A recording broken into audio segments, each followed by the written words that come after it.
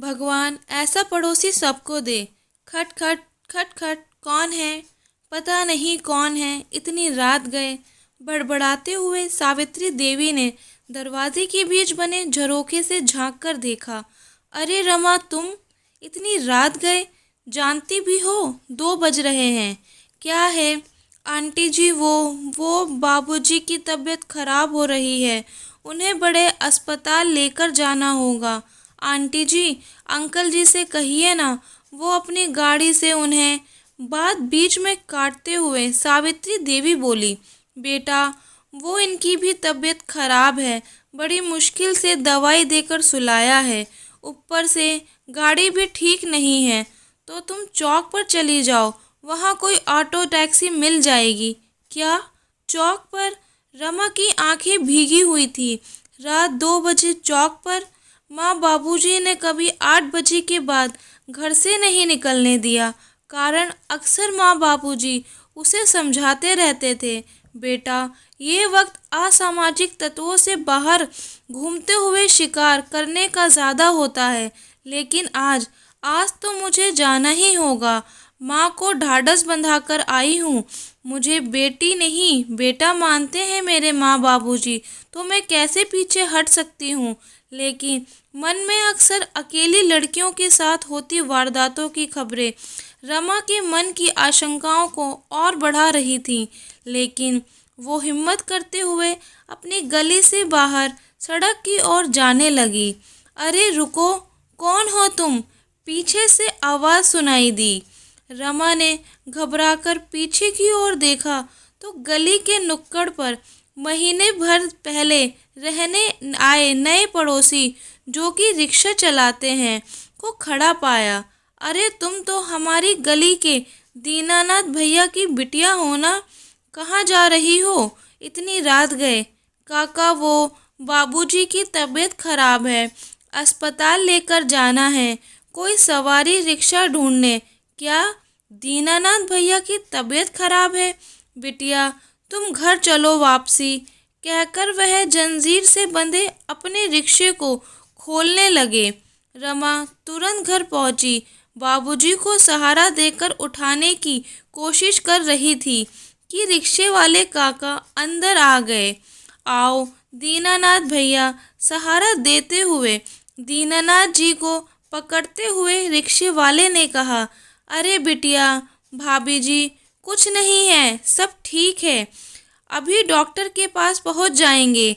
पिछली सीट पर तीनों को बैठाकर रिक्शा पर तेजी से पैडल मारकर खींचने लगा। अस्पताल पहुंचकर रमा के साथ साथ डॉक्टरों के आगे पीछे भागते हुए दीनानाथ जी को भर्ती कराया। देखिए, थोड़ा बीपी बढ़ा हुआ था। डॉक्टर ने उन्हें दवाइयों सहित थोड़ा आराम करने के लिए कहा। बेड के पास बैठी रमा को शाम की वो तस्वीरें आंखों के आगे नजर आ रही थी, जब बगल वाली सावित्री आंटी अंकल जी के साथ खिलखिलाकर गाड़ी से उतरी थी। तब ना तो गाड़ी खराब थी और ना अंकल जी की तबीयत। बस देखिए, ये इंजेक्शन मंगवा लीजिए, डॉक्टर ने एक पर्ची रमा की ओर बढ़ाते हुए कहा। यहाँ लाइए डॉक्टर साहब, कहकर रिक्शा वाले ने पर्ची पकड़ ली। तुम मम्मी पापा के साथ रहो, हम अभी लेकर आए बिटिया। और वह बाहर की ओर तेजी से निकल गया। रमा एकटक उसी ओर देखती रही। एक छोटा सा चद्दर वाले मकान में रहने वाला रिक्शा वाला। गली में सभी के घर 2-3 मंजिला थे।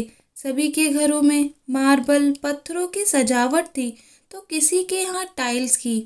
बस वही एक घर अजीब सा लगता था, झोपड़ी नुमा, सीमेंट की चद्दरों से ढका हुआ। कुछ ही देर में, लो डॉक्टर साहब, अचानक रिक्शे वाले की आवाज़ ने उसकी तंद्रा भंग की। डॉक्टर ने इंजेक्शन लगाया और आराम करने के लिए कहकर चला गया। सुबह 6 बजे तक डॉक्टर ने 4 बार बीपी चेक किया। तकरीबन सभी समय सुधार था, सो डॉक्टरों ने दीनानाथ जी को घर जाने की अनुमति दे दी। वापसी भी रिक्शे पर लेकर रिक्शा वाला बड़ी सावधानी से घर तक छोड़कर जैसे ही चलने को हुआ, रमा ने बटुआ निकालकर 500 का नोट उसकी ओर बढ़ाया, लीजिए काका, ये क्या कर रही हो बिटिया? हम इन सब कामों के पैसे नहीं लेते, मतलब ये तो आपका काम है ना काका।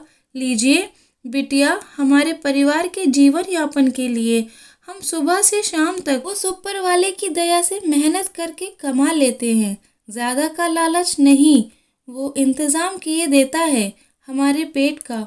और वैसे भी हम एक गली में रहते हैं, ऐसे हम और आप पड़ोसी हुए, और वो पड़ोसी किस काम का जो ऐसी स्थिति में भी साथ न दे।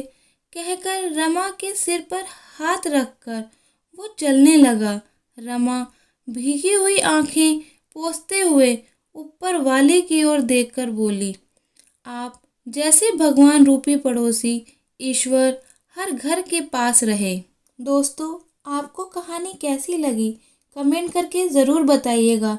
कहानी पसंद आई हो वीडियो को लाइक शेयर और चैनल को सब्सक्राइब करें।